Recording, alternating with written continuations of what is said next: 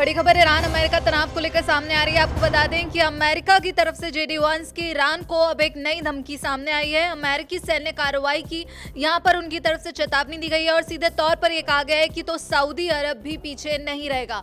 जहां एक तरफ अमेरिका और ईरान के बीच तनाव अपने चरम पर है, वहीं अब अमेरिका की तरफ से JD Vance की तरफ से एक बड़ा बयान सामने आया है, जिसमें ईरान को सीधे तौर पर अब एक खुली धमकी दी गई है।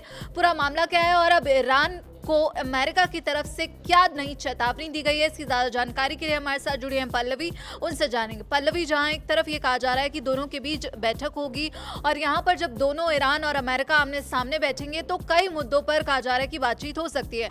परमाणु का जो मुद्दा है, जहां एक तरफ अमेरिका साफ कर चुका है कि परमाणु पे अगर बातचीत नहीं हो पाती है तो फिर हम जो है नए हमले की तैयारी कर सकते हैं, यानी कि हमले का जो खतरा है वो ईरान पर लगातार बरकरार है।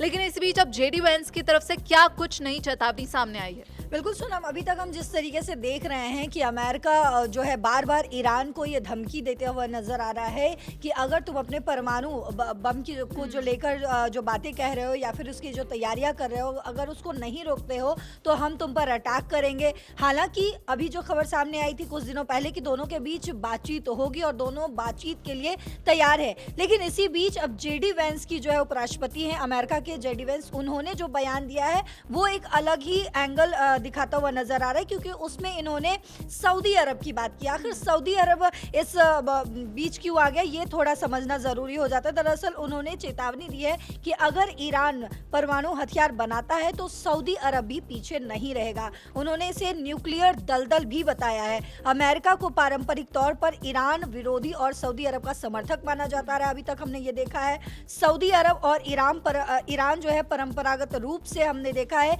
कि किस तरीके से एक दूसरे के हमेशा से ही विरोधी रहे हैं। ऐसे में ईरान के परमाणु हथियारों को सऊदी अरब अपने अस्तित्व के खतरे के रूप में देखता है और कहीं ना कहीं इसीलिए हम कह सकते हैं सोनम की बार बार जो है अमेरिका की तरफ से ये धमकी ईरान को दी जाती रही और जब अब बैठक की बातचीत हो चुकी है तो अब उपराष्ट्रपति JD Vance का ये बयान सामने आया और कहीं ना कहीं वो जो है सऊदी अरब के हवाले से अब ईरान को वो डराने की कोशिश कर रहे हैं। तो बिल्कुल यहाँ पर पल्लवी, यानी कि सीधे तौर पर JD Vance की तरफ से कहा गया है कि अगर ईरान के पास जो है परमाणु हथियार आ जाते हैं तो फिर उसके बाद अगला नंबर सऊदी अरब का होगा। और आगे क्या कुछ JD Vance ने कहा है सीधे सीधे अमेरिका की तरफ से यहाँ पर ईरान को चेतावनी देते हुए? बिल्कुल, दरअसल उपराष्ट्रपति JD Vance ने हाल ही में मैगीन कैली को एक इंटरव्यू दिया। उसमें उन्होंने साफ किया कि अगर ईरान ने परमाणु बम बनाया तो सऊदी अरब अगले ही दिन परमाणु संपन्न देश बन जाएगा।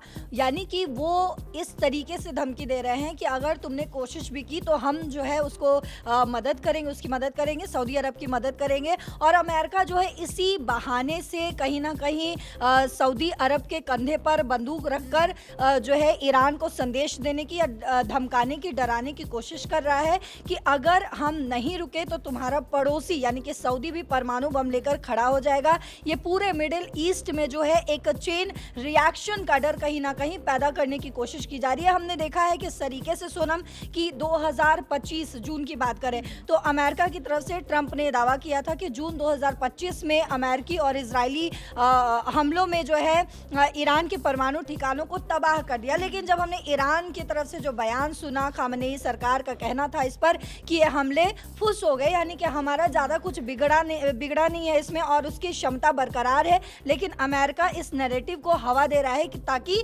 मिडिल ईस्ट के देशों को लगे कि ईरान अब उतना ताकतवर जो है वो नहीं रहा है। हालांकि बार बार ईरान की तरफ से यही कहा जा रहा है, वहाँ के राष्ट्रपति, ईरान के राष्ट्रपति पेजेश्कियान हैं, उन्होंने भी यही कहा कि हम बातचीत के लिए तैयार जरूर है लेकिन अपनी शर्तों पर तैयार है। जब दोनों के बीच बातचीत की जो है गुहार लगाई गई, ये हमने खबर में सुनी कि अमेरिका भी बातचीत के लिए तैयार है, ईरान भी बातचीत के लिए तैयार है, तो हमने दो जो है खेमों में देश को बंटते हुए सोनम देखा है। कई मुस्लिम देश ऐसे हैं जो ईरान के साथ खड़े हुए नजर आए, जिसमें सऊदी अरब का भी नाम जो है सामने आया था हालांकि। और वहीं अगर अमेरिका की बात करें तो अमेरिका के साथ EU के जो देश हैं वो साथ खड़े हुए नजर आए, जिसके साथ अभी भारत की जो है एक बहुत बड़ी डील भी हो चुकी है। और अमेरिका, मैं एक सवाल लेना चाहूंगी आपसे कि जो ओमान में अब आमने सामने बैठेंगे अमेरिका और ईरान, जो परमाणु वार्ता होने वाली है उसमें और क्या क्या मुद्दों पर यहाँ पर बातचीत होती हुई दिख सकती है? बिल्कुल, ओमान में होने वाली बातचीत को ट्रंप प्रशासन अंतिम मौके के तरह पेश करते हुए नजर आ रहे हैं। अमेरिका चाहता है कि ईरान न केवल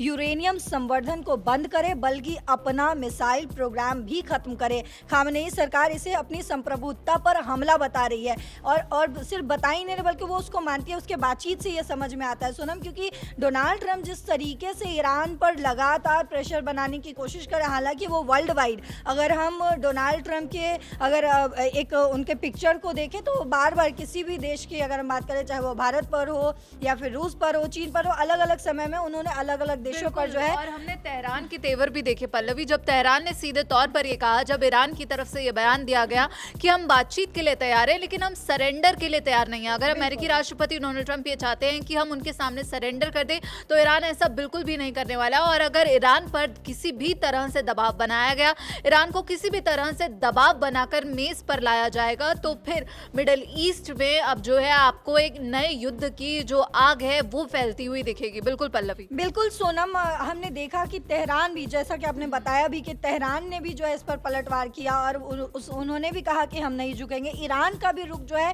वो साफ है कि वो बातचीत की मेज पर आने को तैयार है, बातचीत करने को तैयार है, लेकिन सरेंडर करने के लिए तैयार नहीं है। उन्होंने ये भी साफ कर दिया है कि अगर उस पर हमला हुआ या सऊदी अरब के जरिए ही, उसके हवाले से ही अगर उस पर दबाव बनाने की कोशिश की गई तो पूरे मिडिल ईस्ट को युद्ध के आग में वो झोंक देंगे। यानी कि ये बेहद बड़ा बयान जो है ईरान की तरफ से दिया गया, क्योंकि अमेरिका की तरफ से लगातार चेतावनियां सामने आ रही हैं, लेकिन यहाँ पर अब जो नई चेतावनी आई है वो जेडी वेंस की तरफ से आई है, जिसमें उन्होंने सऊदी अरब का नाम लिया है। और सऊदी अरब का नाम लेकर क्या अब अमेरिका ईरान पर फिर से दबाव बनाने की कोशिश कर रहा है, जहां एक तरफ हम देख रहे हैं कि परमाणु वार्ता होने वाली है और इस वार्ता से पहले जो है अमेरिका और ईरान अब एक बार फिर आमने सामने आते दिख रहे हैं। तो क्या ये परमाणु वार्ता होगी? पल्लवी, इसमें आप और कुछ ऐड करना चाहेंगे? बिल्कुल सोनम, मैं ये कहना चाहूंगी कि ईरान को अगर परमाणु हथियार बनाने से, मतलब ये जेडी वेंस का इस पर जो बयान सामने आया है कि किस तरीके से ईरान को रोका जाएगा, तो उस पर भी उन्होंने जो है बयान दिया। उन्होंने कहा है कि ईरान के पास परमाणु हथियार नहीं हो सकते हैं, ये अमेरिका के राष्ट्रपति का घोषित नीतिगत लक्ष्य है। वेंस ने यह भी कहा है कि राष्ट्रपति जो करने जा रहे हैं वो ये है कि वो अपने विकल्प खुले रखेंगे, वो सबसे बात करेंगे, वो गैर सैन्य तरीकों से जो कुछ भी कर सकते हैं उसे हासिल करने की कोशिश करेंगे। अगर उन्हें लगता है कि सेना ही एकमात्र विकल्प है तो वो आखिरकार उसी विकल्प को चुनेंगे। जैसा कि हमने शुरुआत में ही कहा कि सैनिक की भी जो है चेतावनी दी गई है कि सैन्य हमला भी हो सकता है। अमेरिकी सैन्य कार्रवाई की भी जो चेतावनी है अब जो खुले शब्दों में, यहाँ पर साफ शब्दों में जेडी वेंस की तरफ से दी गई है। इस पूरे मामले पर अब ये देखना होगा कि ईरान की तरफ से क्या प्रतिक्रिया आती है, क्योंकि लगातार अमेरिका धमकियां देता हुआ नजर आ रहा है, लेकिन ईरान ने भी अपने तेवर साफ कर दिए हैं कि वो सरेंडर के मूड में नहीं है। बिल्कुल पल्लवी। बिल्कुल, और साथ में जब इससे पूछा गया, इनकी जेडी वेंस से जब सवाल किया गया कि क्या ट्रंप ईरान को वेनेजुएला की तरह ही चलाएंगे, तो उस पर भी जो उन्होंने प्रतिक्रिया दी है वो भी समझने योग्य है, क्योंकि इस पर वो कहते हैं कि राष्ट्रपति ट्रंप इन सभी बातों से बहुत अच्छी तरह वाकिफ है।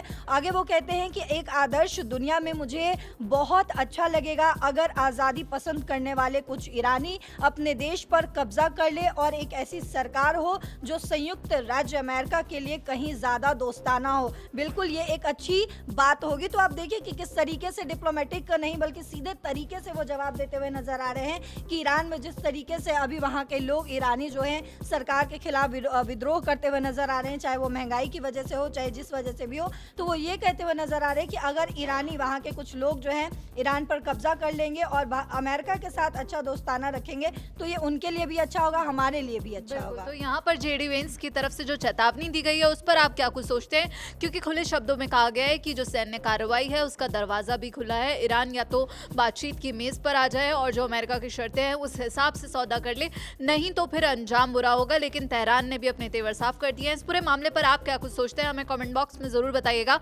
बाकी देश और विदेश की खबरों के लिए आप जुड़े रहिए दैनिक जागरण के साथ। नमस्कार।